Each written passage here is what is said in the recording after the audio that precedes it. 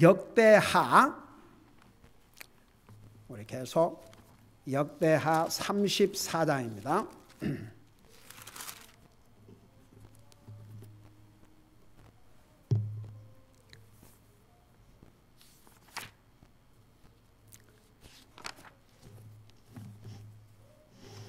역대하 34장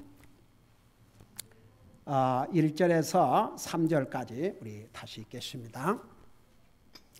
739페이지입니다. 같이 읽습니다. 시작. 요시야가 통치하기 시작할 때에 나이가 8세더라. 그가 예루살렘에서 31년 동안 통치하며 주의 눈앞에서 올바른 것을 행하여 자기 조상 다윗의 길들로 걷고 오른쪽으로나 왼쪽으로나 치우치지 아니하였더라. 그가 아직 어릴 때에 곧 자기의 통치 제8년에 자기 조상 다윗의 하나님을 구하기 시작하고 또 제12년에 산당들과 작은 숲들과 조각한 형상들과 부어 만든 형상들을 제거하고 유다와 예루살렘을 정결하게 하기 시작하셨더라. 아멘. 앉으시 바랍니다. 오늘 그 읽은 말씀 중에서 3절에 있는 마지막 부분, 이 요시야 왕이 20살 되었을 때에, 그러니까 자기가 통치한 지 12년 됐을 때에 유다와 예루살렘을 정결하게 하기 시작하였더라 그랬습니다. 그 부분을 좀 설명하겠습니다. 우선 우리 요시야 왕은 8세에 왕이 돼가지고도 31년 동안 통치하면서 주의 눈앞에서 올바른 것을 행했다고 그랬습니다. 그러니까 우리가 주님 앞에서, 사람 앞에서는 사람의 눈을 의식하고 올바른 것을 다른 사람한테 잘하려고 하지만 하나님은 일단 우리 눈에 안 보이니까, 그래서 참 이게 어려운 것 같아요. 누가 이렇게 보고 있으면 그 앞에서는 얼마든지 잘하려고 노력하지 않겠습니까? 근데 하나님이 보이지 않기 때문에. 그래서 저는 특별히 시편을 읽다가 다윗이 이런 내용이 있습니다. I was perfect in my heart, in my home.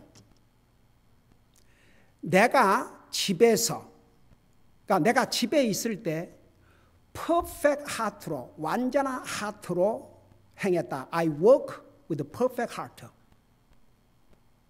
저는 그 부분을 읽을 때마다, 여러분 밖에 나오면은 다른 사람들이 있으니까 모든 면에서 그래도 이제 사람의 눈을 의식하지 않습니까? 근데 이제 집안의 삶이 어떤 삶을 사는가가 참 중요한 것 같아요. 그러니까 다윗은 집안에서 퍼펙트 하트로, 그러니까 여기에 퍼펙트 하트는 완전한 하트라고 말은 하나님 앞에 바른 하트, 하나님 앞에서 바른 하트를 가지고 행했다. 그래서 사람이 보든 안 보든 하나님 앞에서 항상 그걸 의식하고 우리 그리스도인이 산다는 게 얼마나 중요한지 몰라요. 그러니까 우리가 집에 있을 때나 사업장에 있을 때나 직장에 있을 때나 학생들이 학교에 있을 때나 남이 보지 않더라도 항상 참 조심해야 돼요. 저는 집에서 정말 집처럼 좋은 곳이 어디가 있습니까? 편히 쉬고 다 하지만 나는 항상 이제 주님 그리고 내 자녀들에게 본이 돼야 되니까 모든 면에서, 만일 아빠가 자녀들에게 본이 안 되고 집에서 교회에 와서만 이렇게 하나님 말씀 전한다고 한번 그렇게 산다고 생각해 보세요. 그러면 아이들이 리스펙트하기 어렵죠. 그러니까 참 우리가 가정에서도 그 영적인 삶을 우리가 산다는 게 참 얼마나 중요한가. 그래서 여러분 참 우리가 사람은 의식을 하기 때문에 사람 앞에서는 잘하려고 하지만 하나님은 일단 눈에 보이지 아니하니까 그냥 자기 생각대로 웬만한 일은 하고 살 때가 많지 않습니까? 근데 참 여기 요시야 왕은 주의 눈앞에서 이 주님의 눈을 의식했다고 말입니다. 주님이 자기를 보고 계신 것을 항상 의식했습니다. 그래서 주의 눈앞에서 올바른 것을 행하여 자기 조상 다윗의 길들로 걷고, 제가 지난번에도 얘기했습니다마는 그의 아버지와 할아버지는 아주 나빴습니다. 악한 왕들이었습니다. 그런데 그런 악한 왕들의 본을 받지 아니하고 여기에 자기 조상 다윗의 길들로 걷고 오른쪽으로나 왼쪽으로나 치우치지 아니하였다 그랬습니다.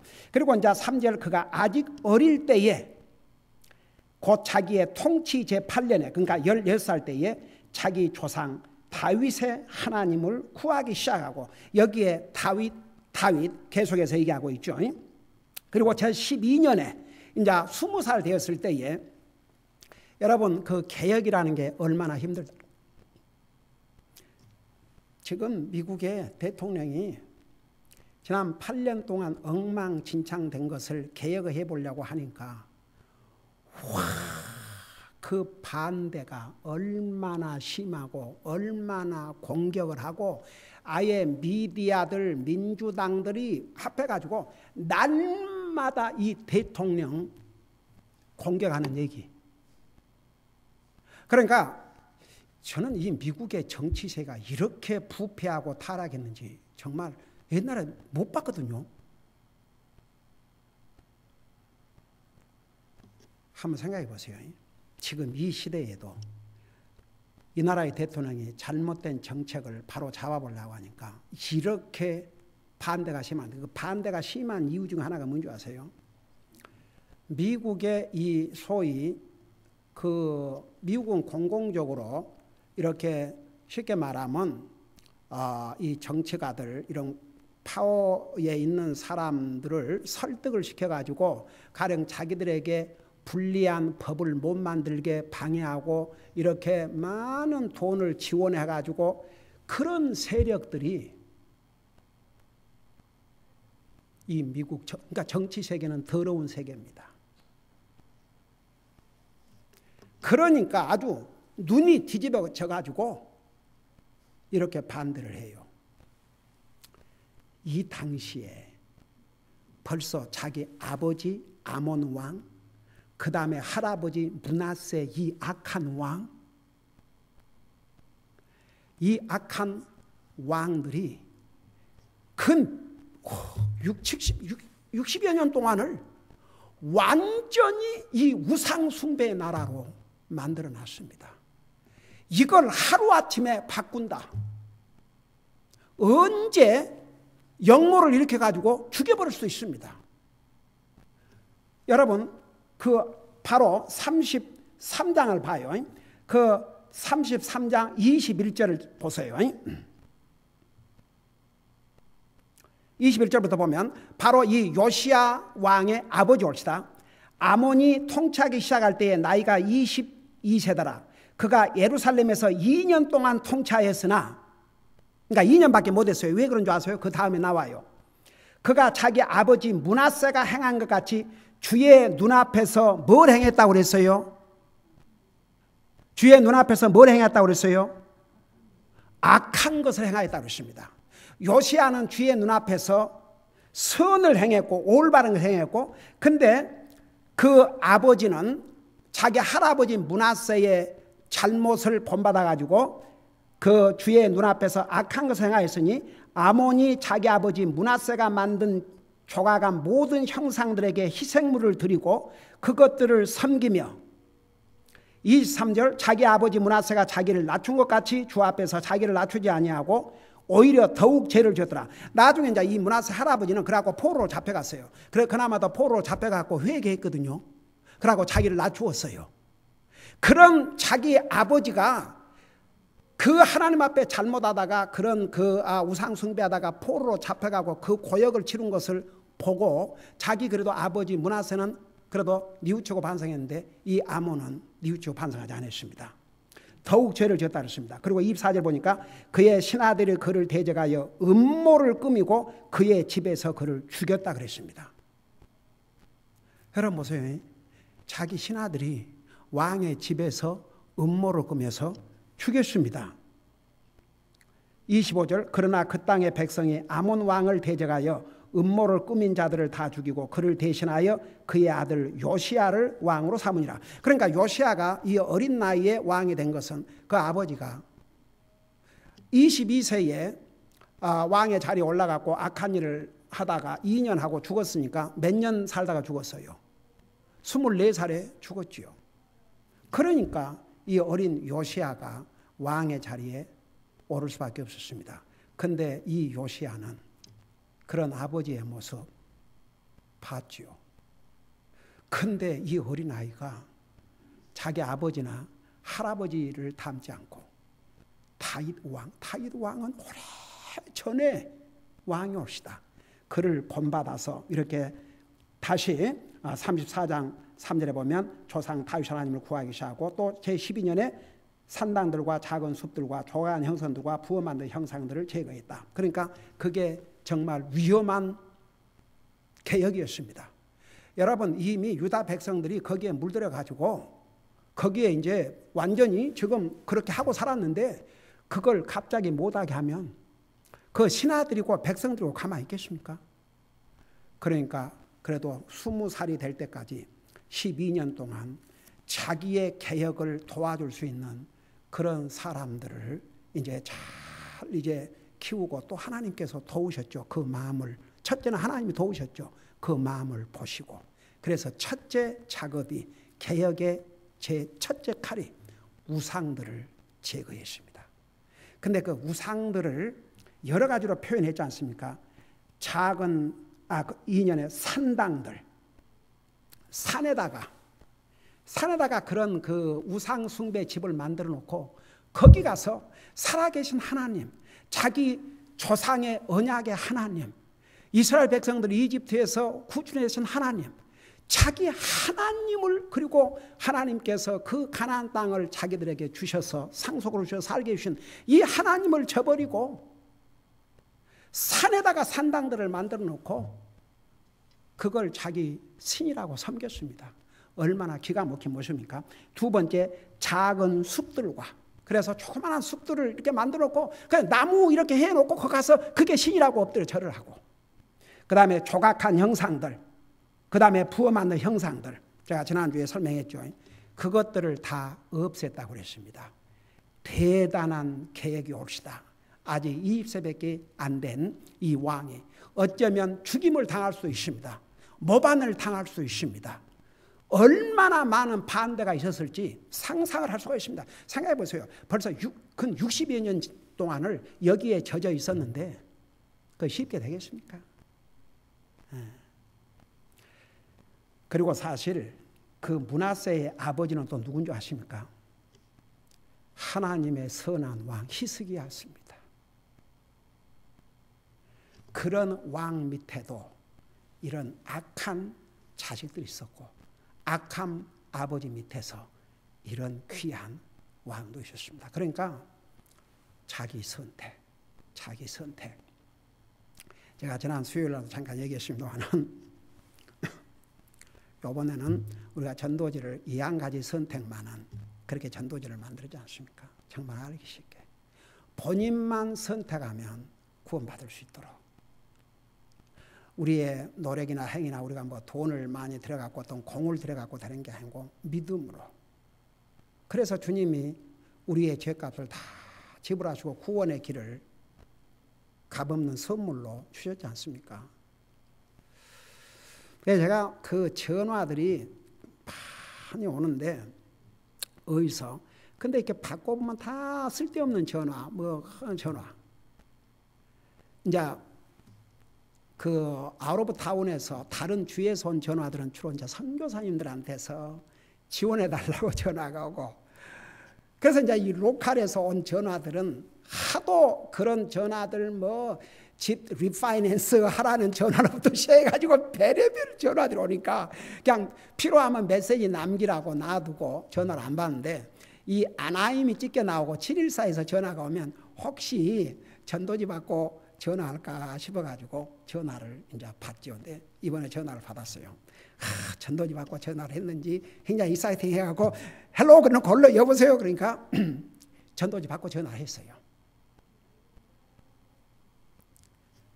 근데 전도지를 받고 전화했는데 전화 내용이 뭔지 아십니까?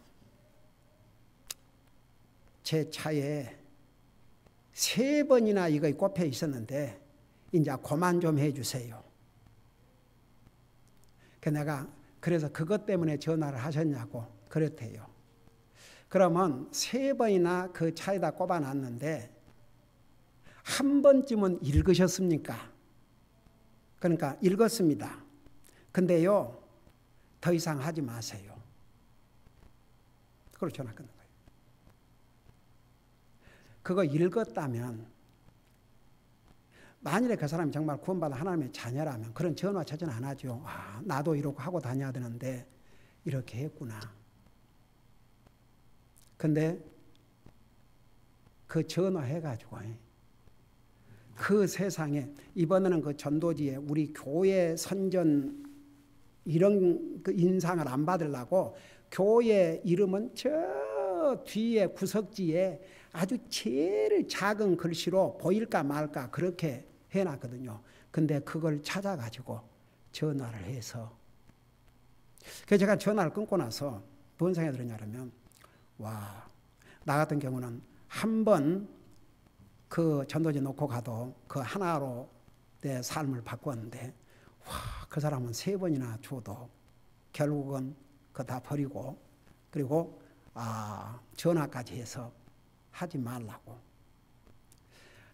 아니 그 사람이 전화해서 하지 말라고 한다고 제가 안 할 것 같아요. 하지요 계속. 근데 참 세든 게 하나님은 그에게 3번이나 본인만 원하면 주님을 선택하고 구원받을 수 있는 그런 복된 기회를 주셨는데 스스로가 거절한 것이요. 그런데 동시에 이런 생각이 들었어요. 그러고 이제 옛날에 한 사람 텍스트 메시지를 보내갖고 거기다 오른쪽에다 해가지고 운전 내내 벌벌 떨었다고 다시는 거 하지 말라고 남의 차에 손대지 말라고. 근데 그동안 얼마나 많은 전도지를 뿌렸습니까? 그동안에 정말 수만장을 뿌렸죠. 이제 우리 교회 어른 성도들도 참여해서 한 것은 이제 금년 작년 그러니까 그렇게 오래되지 않았고 그 전에는 그 아이들 데리고 토요일마다 그리고 주중에는 집사람하고 얼마나 많은 전도지를 뿌렸으니까 그 전도지가 한 번씩 만들면 15,000장, 25,000장씩 만드는데 그게 다 나가고 또 만들고 그러니까 10만 장이 훨씬 넘죠. 그래도 그 중에서 그런 이제 물론 이제 전화로 온 사람 이제 그렇게 메시지를 보내고 이런 전화도 있었고 이제 또 막 전화해갖고 온갖 욕을 다 퍼부은 그런 전화도 있었지만 그래도 우리가 뿌린 것에 비하면 지극히 소수지요. 그러면서 이제 어제도 우리 성도들 나가서 1050장을 뿌리고 왔는데 어제 제가 그걸 계속 사람을 만나면 이제 이렇게 복음을 전하려고 하고 근데 사람들이 감사합니다 그러고 그냥 받아서 더 이상 얘기 안 드리려고. 근데 이제 한 차에 이렇게 막 꼽아놓고 오는데 그 차 주인이 이렇게 딱 오더라고요.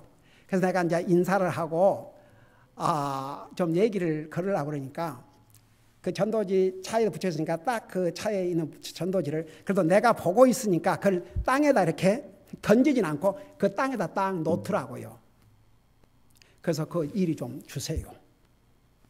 그러면서 교회 나가십니까? 그러니까 우리 천주교 나가요. 그러면 예수님 믿습니까? 아무 말 안 하고 탁 문 닫고 가더라고요. 그러니까 이제 보세요. 제가 어제 이제 그 전도지를 계속 사람 만나면 주고 얘기하고 하면서 이런 생각이 들었습니다. 우리 주님이 하늘나라 가시기 전에 너는 내 증인이라고 그랬거든요. 그래서 예수님 믿고 구원받은 하나님의 자녀가 된 다음에는 우리 모두가 예수님의 증인들이 돼야 됩니다. 근데 그리스도인들 가운데서 일평생 살면서 뭐 어떤 사람을 데리고 성경 하나하나 이렇게 보여주면서 구령은 못한다 할지라도 적어도 주님의 복음이 담긴 전도지를 평생을 그리스도의 삶을 살면서 천장을 전하고 갈 사람이 얼마나 될 것이며 500장을 전달하고 갈 사람이 얼마나 될 것이며 그래도 평생 살면서 한 10,000장 정도만 전달하고 가도 그런 대로 그래서 그동안 뿌린 전도지를 생각하면서 우리 교회적으로는 뿌린 전도지가 대단합니다. 진짜 많습니다. 바로 이 사람이 전화해가지고 3번이나 자기 차에다가 놨다고 그러니까 많이 한 것이요. 그러니까 적어도 이 주변에 사는 사람들은 핑계할 수 없도록 하나님 편에서는 다 그들만 원하면 복음을 받아들일 기회를 주신 거죠. 그리고 우리 교회가 지원하는 성사님들 통해서 세계 각국에 지금 이제 성사님들이 지금 지원해달라고 이렇게 초청을 요청하는 그 성사님들이 지금 이제 우리 교회가 몇 사람 지원할 수 있는데 더 왜냐하면 그동안에 그 필리핀에서 사역하고 계시는 그 로컬 그 지역 그 목사님들이 개척교회를 하는데 이제 도와주는데 자립을 하게 됐어요. 그러니까 그 사람 대신에 이제 선교사님들을 지원할 수 있는데 우선 새 선교사님이 이제 추가되는데 한 분은 모잠비크, 한 분은 이스트 아프리카, 그러니까 나이지리아인가, 케냐, 그리고 한 분은 멕시코. 원래 그 멕시코에 우리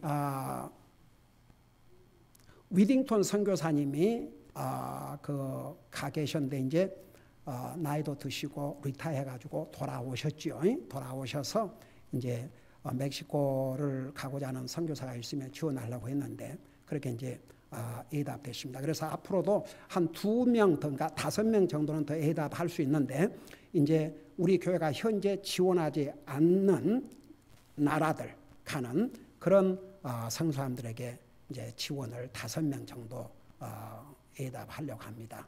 그러면 정말 우리 교회가 땅까지 내 증인이 되라고 하셨는데 땅까지 이르러 우리 교회가 증인하는 그 역할을 우리가 참여할 수 있죠. 이 로컬에서는 이곳에. 그러니까 제가 이제 어제 전도를 부르면서 참 구원받은 하나님의 자녀로서 평생 살면서 주님의 증인으로서의 충실하게 그리고 저는 제가 미국에 다녔던 그 교회 어떤 성도가 비를 끊어 보낼 때 보낸 그 전도지 하나 때문에 그 회사에서 일하는 사람이 구원받고 그가 전도를 해서 18명이 결국은 구원받고 그 교회에 왔다는 얘기. 제가 그걸 여러 해 전에 들었는데 그때부터 제가 비를 요즘은 다 온라인 시스템으로 해서 보낼 수 있지만 왜 제가 우표를 사서 보내냐면 그 전도지를 끼워 보내려고. 그래서 여러분 우리가 참 주님 앞에서 주님의 증인의 역할을 마지막 순간까지 하다가 간다면 이게 참 하나님의 자녀로서 얼마나 주님을 기쁘게 하는 일인가. 근데 보세요. 이 요시야 왕이 당장 자기 눈으로 보았던 아버지 악한 왕이었습니다. 그리고 할아버지 악한 왕이었습니다. 근데 이거 자기의 선택입니다.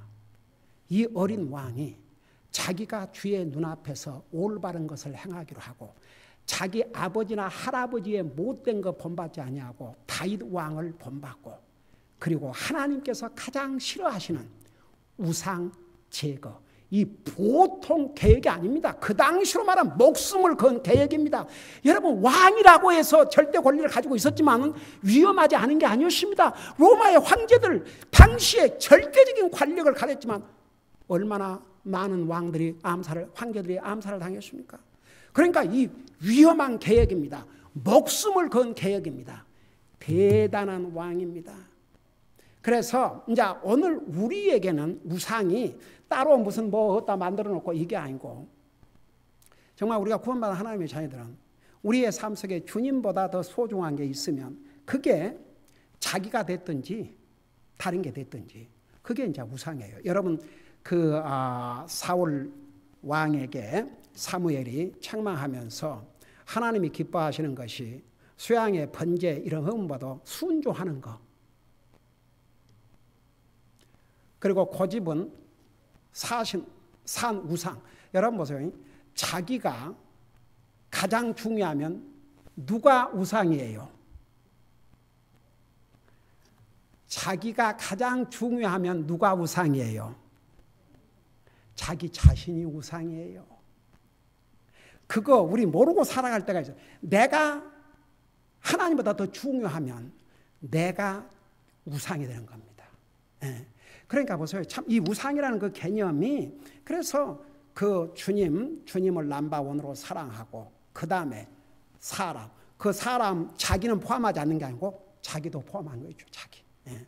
근데 말세의 징조 중에 하나가 디모데후서 3장에서 뭐라 했어요? 사람이 자기를 사랑하며 돈을 사랑하며 쾌락을 사랑하며 경건의 모양은 있지만 경건의 능력은 부인한 자니 이런 자들에게서 돌아서라고 그랬습니다. 그러니까 이게 자기가 우상이 될 수 있는 거죠. 그러니까 하나님보다 더 소중한 것은 하나님의 눈앞에서는 우상인 것입니다. 여러분 60여 년 동안을 이런 우상 숭배에 완전히 몸에 배 있는 백성들과 신하들이 갑자기 왕이 다 그걸 없애는데 여러분 한번 생각해 봐요. 그 반발과 위험이 얼마나 컸겠는지. 아이고야, 옛날이나 지금이나 항상 정치 세계에는 모사꾼들이 있어요. 모사꾼들. 왕이 하는 거 좋지 않냐고, 지도자가 원하는 거 좋아하지 않냐고 어떻게든 트집을 잡아가지고 없애려고 하는, 그게 정치 세계에서는 인류 역사에 끊임없이 계속이 되어 있습니다. 얼마나 위험한 정책인 줄 아십니까? 얼마나 위험한 계획인 줄 아십니까? 요시야는 목숨을 걸었습니다. 여러분, 그래서 참 우리가 믿음 생활하는 데는 용기가 필요해요. 용기가 담대해야 됩니다. 우리 시편에서 배우고 있지만 사실 우리가 두려워할 건 아무것도 없습니다. 예. 우리가 두려워할 뿐이 있다면 하나님 한 분밖에 없습니다. 그 외에는 아무것도 두려워할 필요가 없습니다. 그래서 여러분 진짜 이게 절대 쉬운 계획이 아니었습니다. 요시야 왕은 목숨을 건 계획을 해야 됐습니다. 요시야 왕은 이미 알았습니다. 이것만큼은 이 나라에서 없애야 된다. 하나님께서 진노를 일으키신 이유가 바로 이 우상숭배라는 것. 여러분, 그래서 이 왕들은 역대기를 그 자기 나라 역사 기록 그런 걸 다 해놓거든요. 그걸 한 번씩 봐요. 요시야 왕도 봤죠. 자기의 조상들과 백성들이 하나님 앞에 어떤 악을 행했는지. 그러니까 하나님께서요, 모든 죄가 다 죄지만 우상 숭배만큼은 하나님께서 그냥 지나가지 않으셨습니다. 그래서 결국은 이스라엘 유다 나라가 완전히 나라를 잃어버리지 않습니까? 몇천 년 동안 나라가 없어져 버렸습니다. 한번 생각해봐요. 우리 예수님께서 이 땅에 오셨어도 나라가 없었으면 나라가 언제까지? 1948년까지. 1948년. 그러니까 예수님이 오신 이후로부터 시작해서 1948년, 그 2000년 동안을, 그 전까지 합하면 몇천 년 동안 나라가 없어져 버렸습니다. 그래서 많은 성경학자들이 분명히 내 민족 이스라엘을 모은다는데 이게 이 계시는 이루어지지 않을란가? 그런데 1948년에 이스라엘이 독립하면서 그야말로 세계가 경악을 했고 성경학자들은 말할 것도 없었죠. 그래서 이 성경은 반드시 이루어진다는 산 증거 중에 하나가 이스라엘의 독립이었습니다. 결국 이 요시야 왕은 이렇게 정말 선한 정치를 하고 하나님 미워하시는 이런 우상들을 제거하고 하나님의 마음을 기쁘게 되는 정치를 했지만 그 조상들이 범한 죄로 말미암아 결국 요시야 왕 다음에는 다 망했지 않습니까? 결국은 유다 왕도 다 망했죠. 그 다음에 이제 두 가지 계획을 했습니다. 유다와 예루살렘을 정결하게 하기 시작하였더라. 자, 두 가지 의미가 있습니다. 우선 유다와 예루살렘에 거기에도 얼마나 많은 우상들을 해놨겠습니까? 우선 그 유다와 예루살렘에 있는 모든 그 우상 숭배하는 이런 흔적을 다 청소를 시켰습니다. 근데 그것으로 끝난 게 아닙니다. 여기에서 유다와 예루살렘을 정결하기 시작했다는 것은 그 어떤 피지컬 빌딩이나 그런 것을 청소 이상입니다. 유다 백성들의 마음을 죄로부터 깨끗하게 하는 작업을 했다고 말입니다. 다시 말하면 하나님 앞에 회개하고 용서를 구하도록 우상을 버리고 하나님 앞에 용서를 구하도록. 그래서 이스라엘 백성, 유다 백성들을 깨끗하게 하는 이 작업을 했습니다. 하나님 앞에 회개하고 용서를 구하는 작업을 했습니다. 여러분, 구약 시대 때나 신약 시대 때나요, 우리 죄를 용서받는 건 한 가지 방법이 없습니다. 하나님 앞에 용서를 구해야 됩니다. 구약 시대 때도, 여러분, 구약 시대 때에 하나님의 사람들이 느헤미야, 여러분이 잘 아는 다니엘, 자기 개인들이 지은 죄와 민족이 지은 죄들을 하나님 앞에 고백했지 않습니까? 용서를 구했지 않습니까? 여러분, 요나가 자기의 원수의 나라인 니느웨에 가서 그 나라를 지금 멸망시킬 터인데 가서 회개하라고 전해라. 그러니까 자기 원수의 나라 멸망되기를 원하는데 그거 가라고 그러니까 싫어서 도망쳤지 않습니까? 그래가지고 이제 정말 하기 싫은 하나님의 메시지를 전한 거지요. 근데 그 메시지를 들은 왕은 완전히 달랐습니다. 그 왕이 요나의 하나님의 경고의 메시지를 듣고 40일 안에 이 니느웨를 하나님께서 멸망시킨다는 그 경고의 메시지를 듣고 어떻게 했습니까? 왕으로부터 백성 이리까지 짐승까지도 금식을 하게 하고 왕이 왕좌에서 내려앉아서 죄를 머리에다 두고 베옷을 입고 금식하면서 하나님 앞에 부르짖었지 않습니까? 근데 하나님께서 그들의 모습을 보시고 멸망시키시려고 했던 그 마음을 돌이키시고 니느웨를 살려주지 않습니까? 요나는 그것을 보고 좋아하지 않았지요. 망하기를 원했는데, 그래서 세상에 자기가 설교를 하고도 그 설교대로 하지 말라고 말 안 듣기를 원하고 설교한 선지자는 요나밖에 없다고.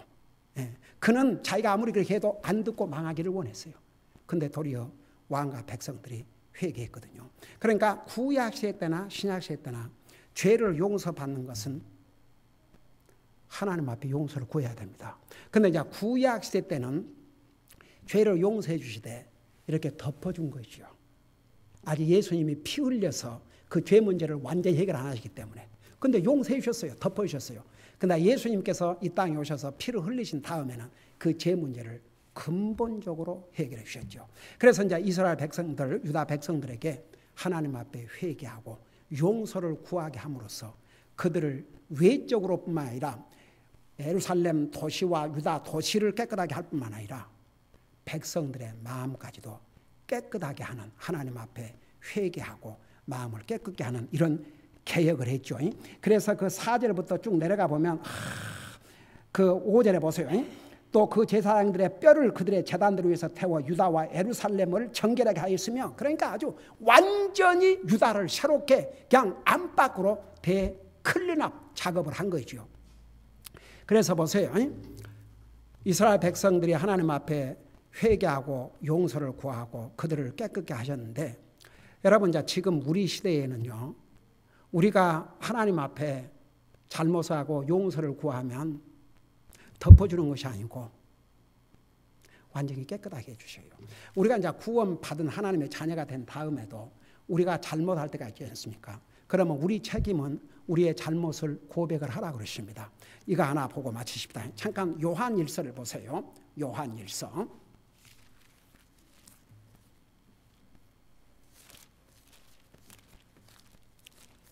요한일서 1장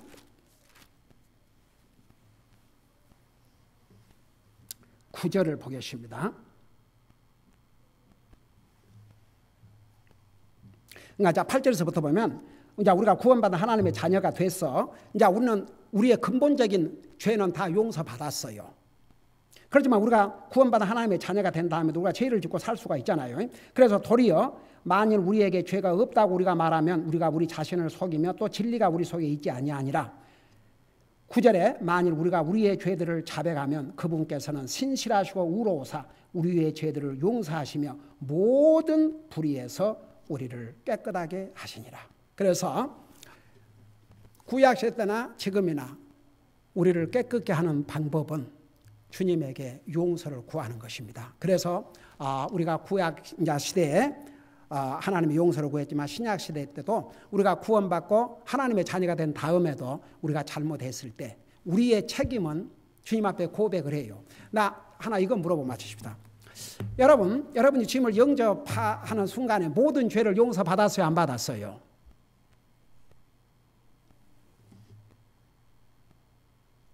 여러분 주님을 영접하고 구원받은 순간에 모든 죄를 용서받았어요? 안 받았어요? 근데 왜 이렇게 자신이 없으세요? 다 용서 못 받나 봐. 우리가 예수님을 영접한 순간에 우리의 과거, 현재, 미래의 지을 죄까지를 다 용서받았다는 거 여러 번 설명했죠. 우리의 원죄, 아담으로부터 물려받은 죄 다 용서받았어요. 그러면 우리가 고백 안 해도 그럼 고백 안 하면 우리 죄가 다시 돼가지고 천국 못 가요? 우리가 고백하지 않으면 어떻게 되는 거예요?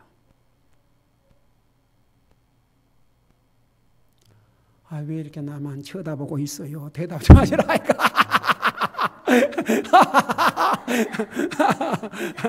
아니 고백 안 하면 어때요? 그 용서 못 받고 이제 지옥 가는 거예요? 그럼 나 하나 물어보십시다. 여러분 자식이 잘못했어. 세상에 저놈이 잘못하고 끝까지 용서를 안 빌어요. 그럼 여러분 어떻게 할 건데요? 자식은 자식이에요? 자식 아니에요? 근데 그 관계가 좋겠어요? 안 좋겠어요? 좋을 수가 없지요. 근데 자식이 한마디만 엄마, 아빠 나 잘못했어. 그러면 해결돼 버려요? 해결 안 돼요? 해결돼 버려요. 그래서 우리가 고백해야 됩니다. 고백 안 하면 점점 하나님으로부터 멀어져요. 그리고 내 마음의 기쁨과 평화가 사라져요. 내 믿음도 연약해져 버려요. 하나님 관계가 나빠져 버리는 거죠. 하나님은 이미 용서해 주셨어요. 그리고 내가 그 고백 안 하면 내가 죄책감을 느끼게 돼요. 근데 뭐가 좋겠어요? 그래서 고백하고 살아야 돼. 다 하지?